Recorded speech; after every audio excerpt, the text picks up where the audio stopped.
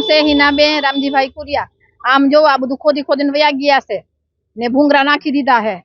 આવા જવાને વાહન વાળા થાય માણસ ચાલે ક્યાંથી ને ઘરમાં પાણી બધાને ગરી ગયા છે। કોઈ ધ્યાન નથી દેતું આમાં। ખોદી ખોદીને વયા ગયા। આ છોકરા બીમાર પડે માંદા હાજારીએ તો ક્યાં જવું? પડી જાય ખાડામાં, કોઈ ધ્યાન નથી દેતું। હવે અમારે શું સમજવું આમાં? આ તો આમ ઘણો ટાઈમ છે, આમ તો ઘણો ટાઈમ થઈ ગયો છે પણ ધ્યાન જ નથી। ખોદી ખોદીને વયા જાય છે સાહેબ। અમે કહે કે આ બધું હરખું કરાવો, આમ હાલવાનું ચાલવાનું કીચકણ બધું સાફ કરાવે, રોડ બનાવી દઈએ, એવું બધું કઈ કરાવો। લીલાબેન ગોવિંદભાઈ દેવી પૂજક। ભૂંગળા નાખ્યા છે, કોઈ પાણીનો નિકાલ નથી અને અમે ઘરમાં રહી છીએ। ઘરમાં પતરા છે તોય પાણી પડે છે નકરું। તો હવે અમારે ક્યાં જવું? આ ભૂંગળા નાખ્યા પણ કઈ પાણીનો નિકાલ નથી કાંઈ।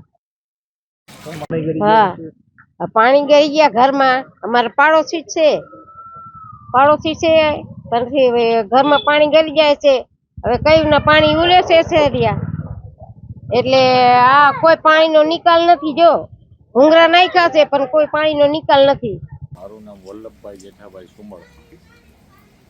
આ વિસ્તાર ગુજરાત મેરીટાઈમ બોર્ડની ઓફિસ અને વિસીપરાની અંદર ચારગોડામ એરિયા વિસ્તાર કહેવાય।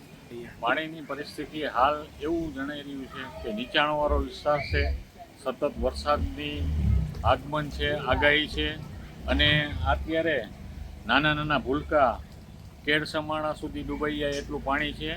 અને આપણા માધ્યમથી હું કહેવા માગું છું કે આ પાણીનો તાત્કાલિક નિકાલ થાય અને વહેલી તકે આનું રિઝલ્ટ આવે અને કોરાડું કરી નાખે, અને નહીંતર પછી આમની પરિસ્થિતિ બહુ ભયંકર થશે। તો નીચાણવાળા વિસ્તારોનું પણ ધ્યાન રાખે અને આપના માધ્યમથી કહેવા માગું છું કે તેમનું જો આગાહીને ધ્યાને રાખી તો તબદીલ કરવાનું થતું હોય તો તબદીલ કરાવો। પરંતુ આ જે રોડની જે સમસ્યા છે એમાં હાલ પૂરતું સ્કૂલોમાં જવા માટે બાળકો પાછળ મોટી સોસાયટી રહી છે, તેમના બાળકો વૃદ્ધો અમારા મેરીટાઈમ બોર્ડના વસાવટો કોલોનીમાં રહે છે, તેમને બહાર રસોઈ માટે કે દેણું ધરાવવા માટે જવું પડે તો બહુ કઠિનનો સામનો કરવો પડે છે। તો આ બાબતે વહેલી તકે નિર્ણય લઈ અને આમનું સોલ્યુશન કાયમ માટે થાય।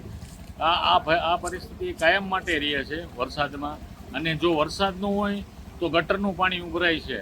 તો આ તો કાયમ માટે આ પ્રશ્ન છે। તો આના માટે પણ એક ગટરનું પાણી ન ઉભરાય એમની માટે પણ મહાનગરપાલિકાને વિનંતી સાથે અમે રજૂઆત કરીએ છીએ કે આમનો તાત્કાલિક નિર્ણય લઈ અને તાત્કાલિક કાયમ માટે સોલ્યુશન આવે એવી અમારી આશા અને અપેક્ષા છે।